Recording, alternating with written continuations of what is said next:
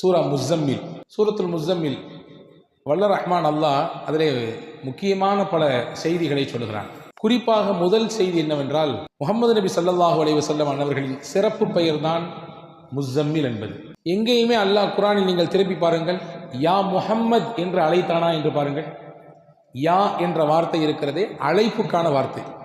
அரபியில் ஒருவரை அழைக்க வேண்டும் என்றால் அப்துல்லா அப்படின்னு கூப்பிடுறோம்ல, ஃபாத்திமா அப்படி கூப்பிடுறோம். இதே மாதிரி ஒரு அரபியில் ஒருவரை கூப்பிட வேண்டும் என்றால் யா அப்துல்லா, அப்துல்லாவே, யா முஹம்மத், முஹம்மதே என்று அழைப்பார்கள்.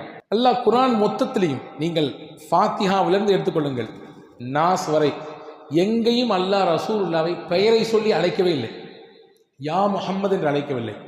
என்ன காரணம் எழுதுறாங்கன்னா, முஹம்மது ஸல்லல்லாஹு அலைஹி வஸல்லம் மீது அல்லாஹ் வைத்த தனி மரியாதை, அவர்களுக்கும் நாயகத்திற்குமான அல்லாஹ்விற்குமான தொடர்பு, அந்த பிரியம், அந்த பாசத்தின் வெளிப்பாடு. ஒருத்தவரை அவருக்கு இருக்கக்கூடிய இயற்பெயரை விட்டுட்டு அவருக்கான சில அடையாள பெயர்கள் இருக்கும், செல்ல பெயர் இருக்கும், அதை கூப்பிட்டு அழைப்பதன் மூலமாக அவருக்கும் நமக்குமான நெருக்கத்தை அது வெளிப்படுத்தும். நம்ம வீட்டில் 4-5 பிள்ளைங்க இருக்கும், ஆனால் குட்டின்னு சொல்லி கடைசி பிள்ளைய கூப்பிடுவோம் இல்லையா? ராஜா என்று சொல்லி அழைப்போம், செல்லம்மான்னு சொல்லுவோம். என்ன அர்த்தம்? அதுக்கு வேற பேர் வச்சிருப்பாங்க.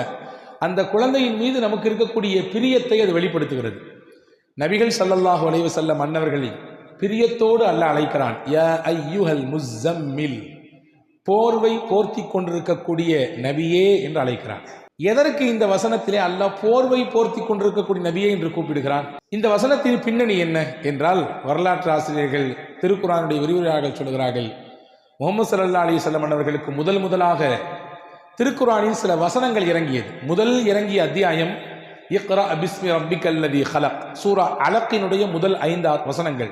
இது ஹிரா குகையில் வைத்து, ஜபலே நூர் என்று சொல்கிறோமே, குர்ஆன் இறங்கிய இடம் இன்றைக்கு மக்காவில் இருக்கிறதே, அந்த குகையில் நபிகள் இருக்கிற பொழுதுதான் ஜிப்ரீல் அலைஹிஸ்ஸலாம் கொண்டு வந்து இறக்குனாங்க, கொடுத்தாங்க.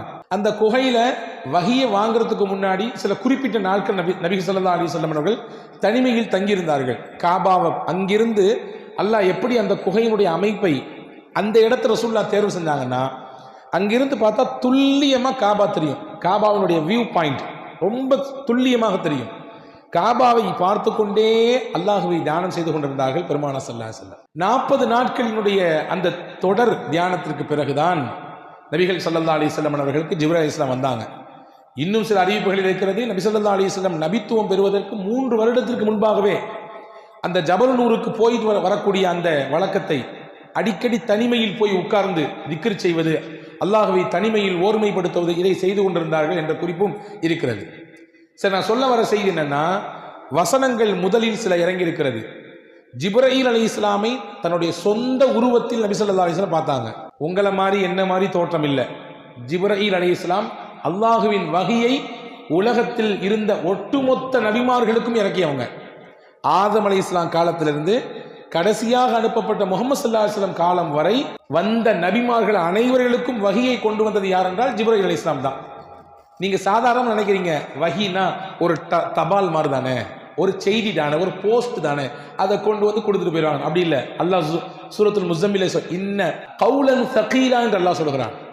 கனமிக்க வெயிட்டான வார்த்தை. அந்த வார்த்தை இருக்கிறதே இறைவனின் வார்த்தை ரொம்ப கனமானது.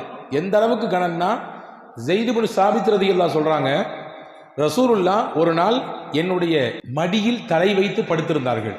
அந்த நேரத்தில் அவர்களுக்கு வஹி வந்தது போன்று நபிகள் உணர்ந்தார்கள். மேனியெல்லாம் வேர்த்தது. ரசூல் ஸல்லல்லாஹு அலைஹி வஸல்லமுடைய உடம்பெல்லாம் அப்படி வேர்வை பூத்து நிக்குது. அது மட்டும் இல்ல, நல்லா போய்கிட்டு இருந்த அந்த உறக்கம் திடீரென்று விழித்தார்கள். என் காலு வலிக்கிற வலியை பார்த்தா எனக்கு என்ன பயம் ஏற்பட்டு போச்சுன்னா, நபி ஸல்லல்லாஹு அலைஹி வஸல்லம் தலை இருக்கக்கூடிய அந்த பகுதி, அந்த எலும்பு அப்படி ஒடிஞ்சிருமோன்னு பயப்பட்டேன். உள்ள இருக்கிற எலும்பு சுக்குநூறாக உடைந்து போய்விடுமோ என்று அச்சப்பட்டேன். அந்த அளவுக்கு வெயிட். கொஞ்ச நேரத்துக்கு பின்னாடி எந்திரிச்சாங்க, வேர்வையை தொடச்சாங்க. ஜிப்ரீல் வந்துட்டு போனாரு, சில வசனங்களை கொடுத்துட்டு போனாலும் சொன்னாங்க. என் மேனியில், என்னுடைய உடலில் நாயகத்தின் தலை துண்டு மட்டும்தான் இருந்துச்சு. அதையே என்னால் தாங்கிக்க முடியலன்னா, ரசூலுல்லாஹ் அந்த வஹியை எவ்வளவு தூரம் அதை உள்வாங்குவாங்க, எவ்வளவு கனமாக இருக்கும் அது. அந்த கனமான வார்த்தைகளை கொண்டு வந்து தரக்கூடியவர்கள் தான் ஜிப்ரீல் அலைஹிஸ்ஸலாம். அதனால அவங்க தோற்றமே வித்தியாசமானது. அவர்களின் தோற்றம் எப்படி இருக்கும் ஹதீஸிலே வந்திருக்கிறது. ரசூலுல்லாஹ் உண்மை தோற்றத்தில் பார்த்தார்கள், அவர்களுடைய இயற்கை தோற்றத்தில். வானத்திற்கும் பூமிக்கும் இருந்தார் ஜிப்ரீல். அதை பார்த்துட்டு தான் ஒரு விதமான ஒரு கலக்கம், ஒரு விதமான பதட்டம் நபிக்கு. அப்படியே வந்தார்கள் ஹஸரத் சையதத்துனா ஹதீஜா ரலியல்லாஹு தஆலா அன்ஹா இடத்துல. அப்பதான் சொல்லிக்கிட்டே வந்தாங்க, ஜம்மிலூனி ஜம்மிலூனி, எனக்கு குளிர் வர்ற மாதிரி இருக்குது, ஜுரம் அடிக்கிற மாதிரி இருக்குது, காய்ச்சல் வர்ற மாதிரி இருக்குது, என்னை போர்த்துங்களேன், என்னை போர்த்துங்களேன் அப்படின்னு சொன்னாங்க. ஹதீஸிலே வந்திருக்கிறது. அதற்கு பிறகு ஹஸரத் ஹதீஜா அம்மா முதல்ல அவங்களுக்கு ஆறுதலாக சொன்னாங்க. பொதுவாகவே கணவன்கிட்ட மனைவி சில விஷயங்கள் சொன்னாலும் அல்லது மனைவிட்ட கணவன் 4 வார்த்தை ஏதாவது சொன்னாலும் முதல்ல ஆசுவாசப்படுத்தணும், நிதானத்துக்கு முதல்ல அவரை அடைய வைக்கணும், அந்த அம்மாவை முதல்ல நிதானப்படுத்தணும், அதுக்கு அடுத்து மற்ற விஷயங்கள்லாம் சொல்லிக்கலாம்.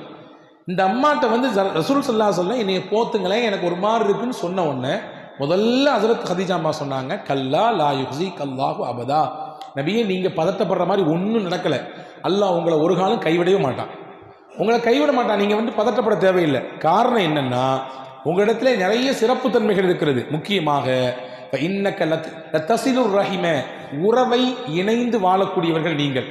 சொந்தம் வேணும்னு நினைக்கிறீங்க, சொந்தக்காரங்களையெல்லாம் சேர்த்துக்கிறீங்க. ஒன்று வத்தஹ்மீலுல் கல்ல, பிறருடைய சிரமத்தை நீங்க சுமக்கிறீங்க. இன்னைக்கு நம்ம சிரமத்தை நம்ம சுமத்துக்கே பெரிய கஷ்டமா இருக்கு, அதுவே பெரிய பாரமா இருக்கு. ரசூலுல்லாஹை பற்றி நபிகளின் துணைவியார் எந்த அளவுக்கு புரிஞ்சு வச்சிருந்தாங்க பாருங்க. பிறரின் சுமையை உங்க தோள் மேல போட்டு சுமக்கிறீங்க, அதை நீங்க எடுத்துக்கிறீங்க, அதை இன்முகத்தோடு எடுத்துக்கிறீங்க. 2 வத்துக்ரிஜு வைஃப், வீட்டுக்கு விருந்தினர் வந்தால் நீங்கள் உபசரிக்கக்கூடிய உபசரிப்பு என்ன உபசரிப்பு, விருந்தினரை நீங்கள் எவ்வளவு சிறப்பாக கண்ணியப்படுத்துறீங்க. ஒரு முஸ்லீம்னா வரக்கூடிய விருந்தினர் தன் வீட்டுக்கு வரக்கூடியவர்கள் அவ்வளவு சிறப்பாக உபசரிக்கணும். நினைக்க வேண்டாம் நம்ம சிறப்பாக உபசரிச்சுட்டா நிறைய குறைஞ்சு போயிருமேன்று. ரசூலுல்லாஹ் அந்த புரிதலை மாற்ற சொல்றாங்க. நீங்க நினைக்காதீங்க உங்க வீட்டுக்கு விருந்தாளி வந்தா நம்மள்ட்ட இருக்கக்கூடிய காசு அல்லது சாப்பாட்டில் பெரிய பகுதி காலியாக போகுதுன்னு நினைக்காதீங்க. அவர் வர்றவர் அவருக்கான சாப்பாட்டையும் கொண்டு வர்றாரு, உங்களுக்கான சாப்பாட்டையும் அவர் தான் கொண்டு வர்றாரு. ரசூலுல்லாஹ் விருந்திலே வரும் பொழுது அவருக்கான சாப்பாட்டையும் கொண்டு வர்றாரு, உங்களுக்கான சாப்பாட்டையும் அவர் தான் கொண்டு வர்றாரு. அப்படின்னா என்ன அர்த்தம்? உங்க வீட்டில் பரக்கத்தை அவர் கொண்டு வர்றாரு. நாங்கள் ரசூலுல்லாஹ் ஸல்லல்லாஹு அலைஹி வஸல்லம் இப்போ இதை சிறப்பாக புரிஞ்சு வச்சிருந்தாங்க. எனவே விருந்தினர்களை சிறப்பாக கவனித்தீர்கள் நீங்கள். 4வது பண்பு சொன்னாங்க, ஒத்துஈனு அலா நவாஇபில் ஹக்கி, சத்தியத்தில் இருக்கக்கூடியவர்களுக்கு, கஷ்டத்தில் இருக்கக்கூடியவர்களுக்கு நீங்கள் உதவி செய்கிறீர்கள், உதவியாளராக இருக்கிறீங்க. இந்த பண்பெல்லாம் உங்கள்கிட்ட இருக்கிறதுனால நபியை உங்களை அல்லாஹ் கைவிட மாட்டான், நீங்கள் கவலைப்படாதீங்க, வருத்தப்படாதீங்கன்னு சொல்லி ரசூலுல்லாஹ்வை ஆறுதல் படுத்தி தன்னுடைய சொந்தக்காரர் வரக்கத் இப்னு நௌஃபல் இடத்திலே கூட்டி போய் அதுக்கடுத்து என்னென்ன நடந்துச்சு அப்படிங்கிறத வரலாறு நீளமாக சொல்லுகிறது. இங்கே நான் சொல்ல வரக்கூடிய செய்தி, ரசூலுல்லாஹ்வுக்கு பதட்டம் ஏற்பட்டு அப்படி ஒரு விதமான குளிர் ஜுரத்தில் இருந்த பொழுதுதான் அல்லாஹ் சொன்னான், யா அய்யுஹல் முஸம்மில், போர்வை போர்த்தி கொண்டிருக்கக்கூடிய நபியே, என் அன்பு நபியே, கும், நீங்கள் எழுந்திருங்கள், குமில் லைல இல்லா கலீலா, இரவில் ஒரு பகுதியில் எழுந்து என்னை வணங்குங்கள், கொஞ்ச நேரம் அல்லாஹ்விற்காக வேண்டி நீங்கள் எழுந்து வணங்குங்கள் என்று அல்லாஹ் அப்படியே வரிசைப்படுத்தினான். முஸம்மிலை இந்த வார்த்தையை சொல்லி அல்லாஹ் அழைப்பதற்கு இன்னும் சில காரணங்களை எழுதுகிறார்கள். வரலாற்றிலே தஃப்சீரிலே முஃபஸ்ஸீர்கள் எழுதுகிறார்கள், மக்காவினுடைய புறக்கணிப்பு, மக்காவில் பல்வேறு விதமான எதிர்ப்பு, இதெல்லாம் தாக்கு பிடிக்க முடியாமல் ரசூல் ஸல்லல்லாஹு அலைஹி வஸல்லம் ஒரு போர்வை போத்திட்டு அப்படியே வீட்டுக்குள்ளேயே உட்காந்துட்டாங்க. இவ்வளவு தூரம் நம்ம செஞ்சோம், நல்லது செஞ்சோம், இந்த பயில்களுக்கு கண்ணு திறக்க மாட்டேங்குது, இவங்க இவ்வளவு தூரம் புறக்கணிக்கிறாங்களே, இவ்வளவு தூரம் நம்மளை வந்து அவமானப்படுத்துறாங்களே அப்படின்னு சொல்லி.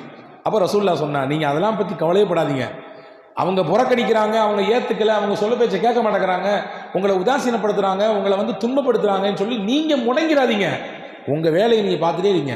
அவர்கள் செய்யக்கூடிய வேலை காரணமாக நீங்கள் முடங்கிவிட வேண்டாம். நீங்கள் இபாதத்தின் மூலம் இன்பம் காணுங்கள், என்னை வணங்குவதன் மூலம் இன்பம் காணுங்கள், அல்லாஹ் அவர்களின் விஷயத்தை அவன் பார்த்துக் கொள்வான். நீங்க வாங்க, என் பக்கத்தில் நெருங்கி வாங்க. அல்லாஹ் ஒரு முக்கியமான செய்தி இதில் சொல்றான். மனக்கவலை, சோர்வு, பிறர் இது மூலமாக புறக்கணிக்கப்படுதல், நம்ம எவ்வளவுதான் செஞ்சாலும் நம்மளை வந்து யாருமே கண்டுக்காத ஒரு நிலை ஏற்படுதல், இப்படிலாம் நீங்க உணர்ந்தீங்கன்னா வாழ்க்கையில ரொம்ப ஃபீல் பண்ணிட்டு உட்கார்ந்துடாதீங்க. உலகம் யதார்த்தம் அதுதான். என்ன செஞ்சாலும் கடைசியில உலகம் உங்களை தூக்கி தான் எரியும், கடைசியில கையை உதறி தான் விடும். அதை கண்டுலாம் நீங்க பார்த்து நீங்க டென்ஷன் ஆகிட்டு மனசால ஸ்ட்ரெஸ் ஏற்பட்டு நீங்க உட்கார வேண்டாம். இறைவ பக்கம் நீங்கள் வந்து நின்று வணங்குங்கள், தொழுங்கள், இபாதத் செய்யுங்கள், அதுவே உங்களுக்கு மனதிற்கு பேர் ஆனந்தத்தை, பெரும் இன்பத்தை தரும் என்று அல்லாஹ் இதன் மூலமாக சொல்லித் தருகிறான். அன்பு சகோதரர்களே, அல்லாஹ் செல்லமாக அழைக்கிறான் முஸம்மில் என்று, அழகான பெயரை கொண்டு அழைக்கிறான். இங்க பாருங்க, கவனிங்க, ரசூல் ஸல்லல்லாஹு அலைஹி வஸல்லம் சஹாபாக்களை அன்பொழுக கூப்பிட்டு இருக்கிறார்கள். அலி ரலியல்லாஹுடைய உண்மையான பேர் அலி. ஆனால் ரசூலுல்லாஹ் அன்பா கூறும்போது சொல்லுவாங்க அபு துராப்னு சொல்லுவாங்க, மண்ணின் தந்தைன்னு சொல்லுவாங்க. எதுக்கு சொன்னாங்கன்னா ஒரு பின்னாடி ஒரு பெரிய வரலாறு இருக்குது. அவங்களுக்கும் அவங்க மனைவிக்கு மத்தியில் ஒரு சின்ன வாக்குவாதம் தகராறு ஏற்பட்டு கோச்சிக்கிட்டு வீட்டுக்கு வந்துவாங்க. அலி எல்லாம் இப்போ பள்ளிவாசலுக்கு போயிடுவாங்க. மஸ்ஜித் நபவியில் போய் மண் தரையில் படுத்துருவாங்க, வெறும் உடல். வீட்டுக்கு போன நாயகம் மகள்கிட்ட கேட்பாங்க, எங்கள் வீட்டுக்காரரு ஒரு சின்ன தகராறு, வீட்டை விட்டு வெளியே போயிட்டாரு. ரசூல்லா தேடி போய் அவரை பக்கத்தில் போய் உட்காந்து அவர் மேலே இருந்த மண்ணை ஃபுல்லாக கையால் தொடச்சி விட்டுட்டு அப்போ சொல்லுவாங்க, யா அபத்துரா கும், எந்திரிங்க மண்ணின் தந்தையே எந்திரிங்கம்பாங்க. ரொம்ப பெரிய விஷயங்கள் இந்த வரலாற்றில் இருக்குது. ரொம்ப பெரிய பெரிய பாடங்கள் நமக்கு இருக்கிறது. மகள்கிட்ட பிரச்சனை நடந்திருக்கு வீட்டில். ரசூல்லா நேரடியாக மக வீட்டுக்கு போயிருக்காங்க.